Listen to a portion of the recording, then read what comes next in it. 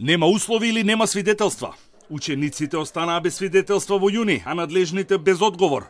Кој е одговорен за пропустот и како ќе биде санкциониран? Единствено полуматурантите ги добија свидетелствата неопходни за упис во средните училишта и за нив имаше услови, но и протоколи, бидејќи свидетелствата се делеа по азбучен ред во групи од 5 ученици и со паузи.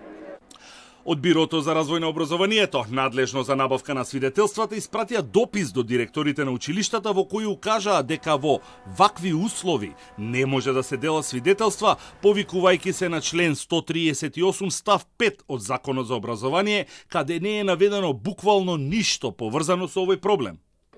Директорот на Бирото, Зекирија Хасипи, најави дека во текот на денот ќе одговори кои точно услови се потребни за да се делат свидетелства. Консултации со Министерството за здравство околу процесот на доделување на свидетелства немало. Може да се делат во дворовите, сега и убаво времето, може значи се што може да се организира и мислам дека се луѓето кои што учествуваа во менаџирањето на кризата, представници на МОН беа во делот на школите, свесни што и како треба да се направи. Се што може да се организира во надворешни услови може да се направи. Министерството за образование не заинтересирано за случајот и пропустот и топката со денови наназад ја префрла кај Бирото, прогласувајќи се за ненадлежно. Надлежна институција за набавка на свидетелства за учениците од основното и средното образование е Бирото за развој на образованието. Согласно Закон за организација и работа на органите на државната управа, Бирото за развој на образованието има својство на посебно правно лице, каде што директорот го именува владата. Во врска со вашите прашања, ве преупатуваме на одговор во Бирото.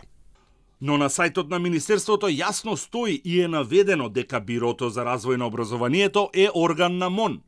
Истото стои во Законот за Биро за развој на образованието, каде во член 2 е наведено дека е правно лице во состав на Министерството за образование и наука. За да може да се изведува настава во наредната учебна година, министерот Филипче најави имунизација на комплетниот наставнички кадар.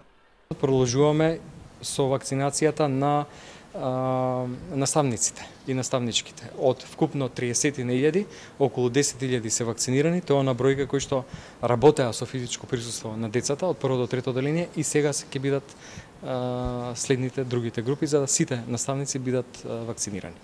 Протоколите за стартот на школската година се речиси готови и предвидуваат сите ученици да присуствуваат на настава со физичка одделеност и немешање, како и мерки за дезинфекција и проветрување.